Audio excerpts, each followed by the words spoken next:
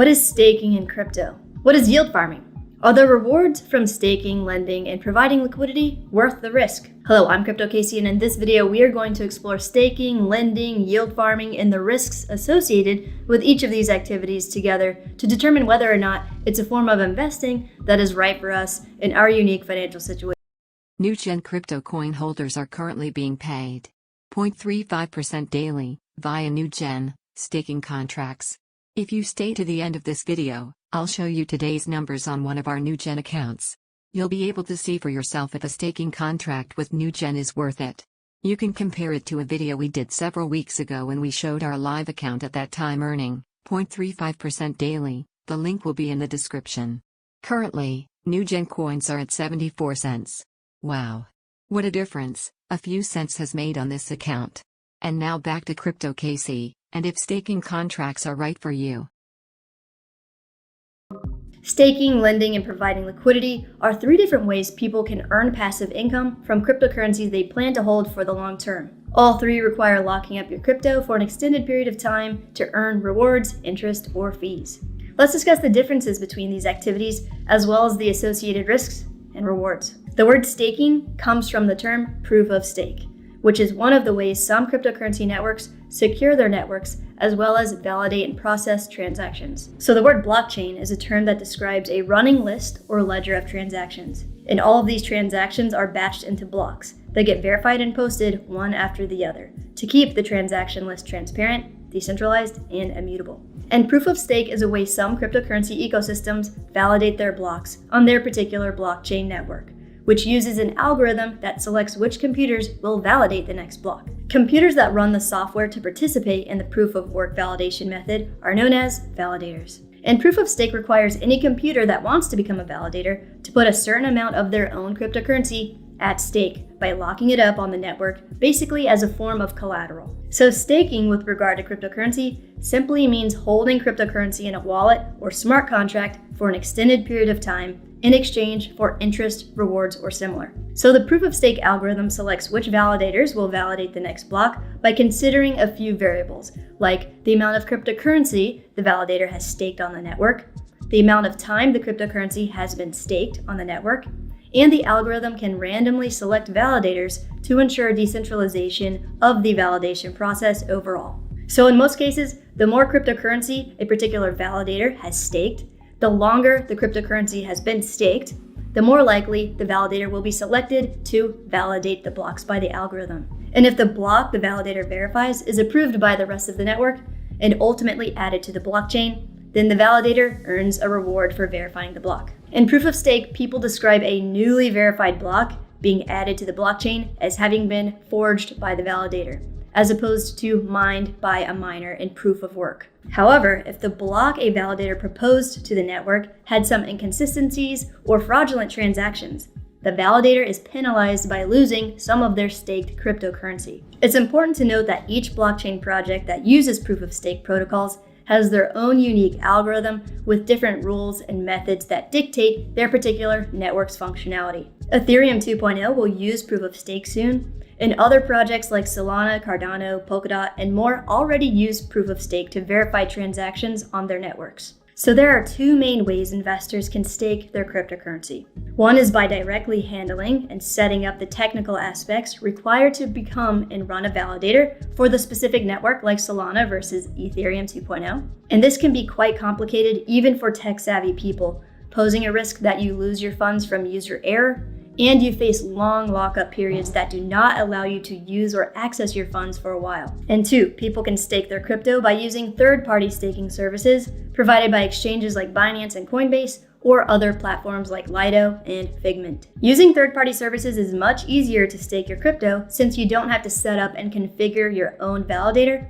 However, you do run the risk of the exchange freezing your account, limiting withdrawals, and potentially not having enough financial backing if there was a mass run. This could lead to losing all of your funds as well. So all in all, staking is an interesting new way investors can earn passive income while supporting these new blockchain networks. But in markets where we are facing insolvencies and bankruptcies now, and still awaiting regulators to come in and ensure exchanges and third-party services are acting responsibly and not recklessly, as we have seen with the recent Terra Luna and Celsius disasters, I do not think putting a lot or potentially any of your crypto at stake and at risk for potential passive rewards at this time is a good idea. One of the most requested videos I get is about staking, where to stake, how to stake, etc. But I have put it off because I don't feel comfortable encouraging people to keep their crypto on exchanges or with third parties. That is until there's more transparency about their underlying assets, as well as rules and regulations in place to protect investors from future potential Terra's and Celsius insolvency events. If you've got the funds to invest and are extremely tech savvy, maybe consider setting up a validator yourself, but just know that you run the risk of user error as well as potential failures with the protocols, since this technology is still so new and nascent in its developmental phases. Cool.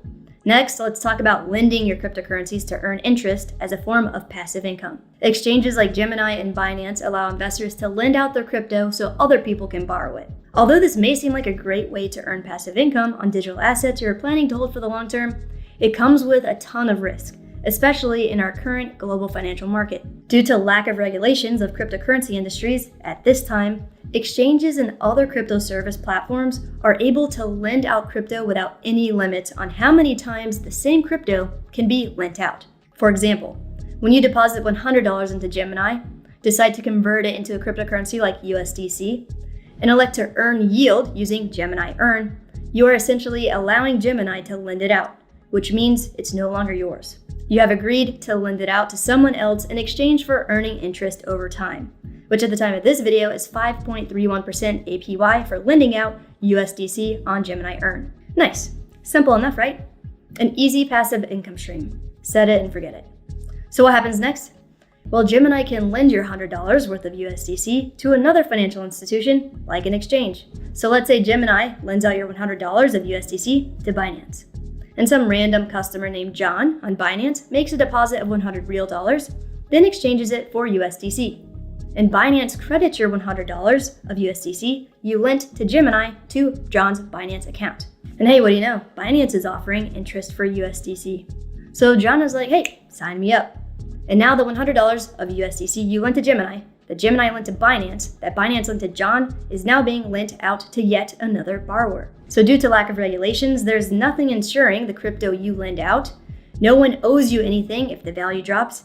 And if you haven't realized it yet, there is an extremely small amount of real dollars being used and held in global cryptocurrency exchange and market ecosystems. This is part of the reason Terra and Celsius went bust. When crypto is allowed to be lent out without any limitations on how many times the same crypto can be lent out, basically it creates a situation where 5, 10, 100, or more people are potentially looking at the same exact crypto coin or token sitting in what they think is just their portfolio. Meaning there's an artificially higher fake supply of crypto meeting real demand. And the interest rates for the passive income are rewards to you for putting your funds at risk. This is part of what happened with Celsius. People allowed Celsius to lend out their crypto without Celsius actually having enough financial backing to handle a mass run, and now they are facing insolvency and likely bankruptcy, meaning most, if not all people, will lose their cryptocurrency. So I made this video because a lot of people ask me about lending, borrowing, yield farming, and providing liquidity in exchange for passive income,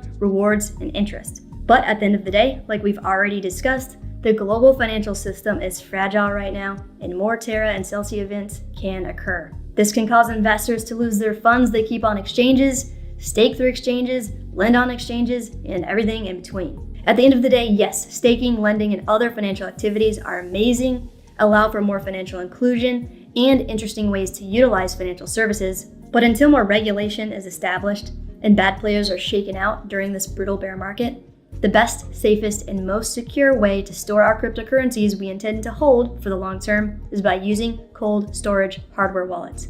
If you scroll down to the description area below, you can access the correct and official sites of my recommended hardware wallets. BC Vault is my personal favorite. Another option are the Ledger devices, so scroll down to check them out. And if you would like to learn more about the structure of our current financial system, the structure of the crypto markets, and why it's so fragile right now because of how interconnected everything is, and how an event like Terra and Celsius can be contagions that cause a domino of collapses across the globe, Be sure to check out my 3-part video series explaining all of this and more by clicking on the link above. Awesome. Thank you so much for taking the time to watch this video. If you enjoyed it, please make sure to like this video, subscribe to the channel, and click the bell notification to stay up to date on all of the latest videos. So what do you think about the state of staking and lending crypto right now? Is it a risk you are willing to take with a portion of your investments? Or are you going to stay on the sidelines until more regulations are imposed? So what does your crypto coin do? I'm not talking about the supposed projects that have nothing to show for the dribble they spew. What does your crypto do? Thanks for watching Top Cryptocurrency News Today, featuring Crypto Casey, Staking Contracts Review. Is it for you?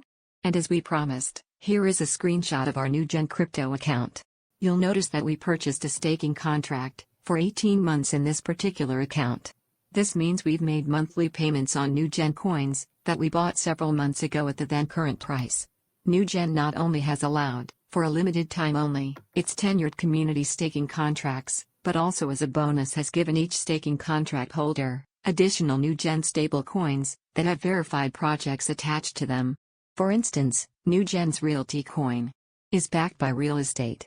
NuGen's Energy coin is backed by renewable energy projects.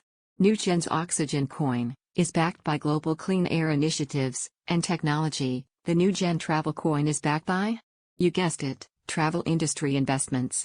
Each NuGen coin is backed by verified resources. So I ask you, what does your coin do? NuGen Crypto earns me 0.35% daily, and that's even as Bitcoin is currently taking a tremendous beating. Bitcoin, by the way, is going to rebound and take off. Now would be the time to purchase Bitcoin. If you're a long-term crypto investor, in our humble opinion, we may never see opportunities like Ethereum, Bitcoin, and NuGen Crypto coins for a long time. And for those of you who think that crypto is a dead-end road investment, I don't think the Los Angeles Lakers would change the name of their venue to Crypto.com, and crypto not be a major force in the world moving forward. Still waiting for a big smile out of you. You're up 2-0. What's the story? Are you not happy, or you're only half happy, or? Still to be happy about. You're up 2-0. Job's not finished. Job finished? No, I don't think so. Okay. To learn more about NuGen coins and how it can be applied to your mainstream business or as an individual retail crypto investor, the link is in the description. Also, you can read all about NuGen's heavily anticipated white papers in the professional short story mini-series called Top Crypto News Today, Volume 1. The link for the NuGen white papers is on the index page of Top Crypto News Today, Volume 1. Get it today for free. The link is in the description.